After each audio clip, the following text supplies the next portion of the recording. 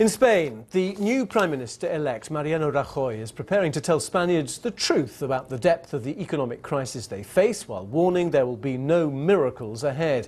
His centre-right Popular Party won a landslide election victory over the incumbent socialists at the weekend. There's been no honeymoon period, though, with Mr Rajoy immediately coming under pressure from jittery markets. They want to know how he will tackle Spain's debts, deep economic crisis and dire unemployment rate. Well, let's speak to Santos Palacios, Spanish financial advisor and lecturer on economic issues, who's with me now. To many, this might seem like mission impossible, is it?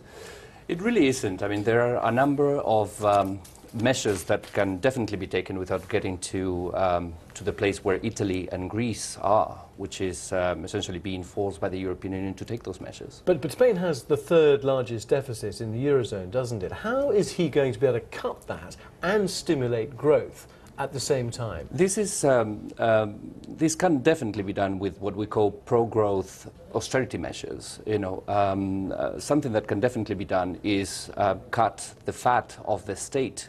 Currently we have 17 regional governments, we have 52 provincial governments, which in many cases actually double or triple the tasks of the state. So direct funding will be cut, because I think it's what, he's promising 30 billion euro cuts, but he hasn't said quite how yet.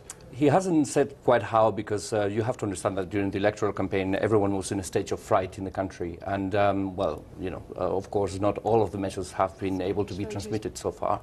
But yes, there are measures that can be taken, yes. I suppose the key question is, though, will the markets give him time? I mean, today, just looking at the market response, they want a plan very, very quickly. And according to the Constitution, I think, he cannot actually get a government up and running, can he, until December the 21st? There are measures that he can take. He can create a shadow government, which actually he has already announced he will do within the month of December. That shadow cabinet can start announcing at least the intention to implement those measures.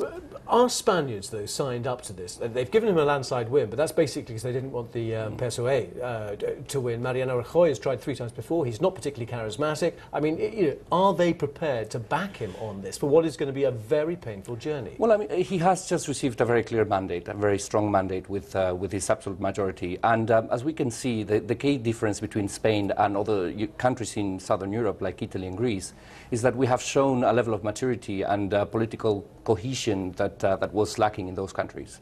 When we had to pass before, with the previous government, we had to pass the constitutional reform to reduce the deficit, and we had to pass the pension reform.